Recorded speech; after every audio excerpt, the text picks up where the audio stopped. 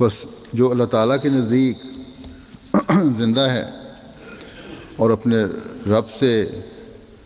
جنتوں کا رزق پا رہا ہو، اس کے لیے اس سے بڑا اور کیا انعام ہو سکتا ہے۔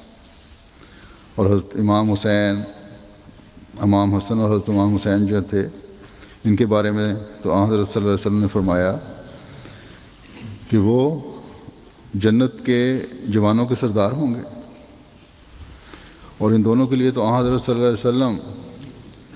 یہ دعا بھی اللہ تعالیٰ کے حضور عرض کیا کرتے تھے کہ اے اللہ،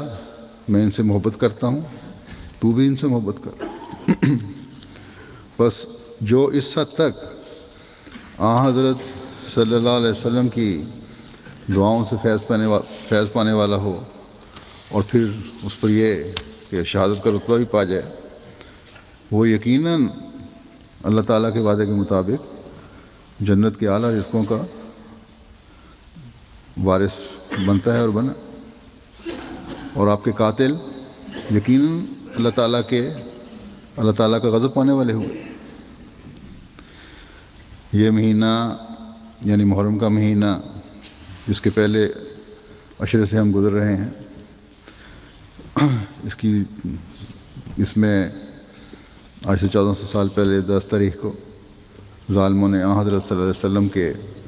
اس پیارے کو شہید کیا تھا، جس کی داستان سن کر رونگٹے کھڑے ہو جاتے ہیں۔ ان ظالموں کو یہ خیال نہ آیا کہ کس ہستی پر ہم تلوار اٹھانے جا رہے ہیں، لیکن جیسا کہ میں نے کہا، جب ایمان مفقود ہو جائے تو پھر سب جذبات اور احساسات مٹ جاتے ہیں، بلکہ اللہ تعالیٰ کا خوف ہی ختم ہو جاتا ہے۔ اور جب اللہ تعالیٰ کا خوف ختم ہو جائے تو پھر اس سے کیا فرق پڑتا ہے کہ کس بندے کا کیا مقام ہے خدا تعالیٰ کی نظر میں یا اس کے رسول صلی اللہ علیہ وسلم کی نظر میں۔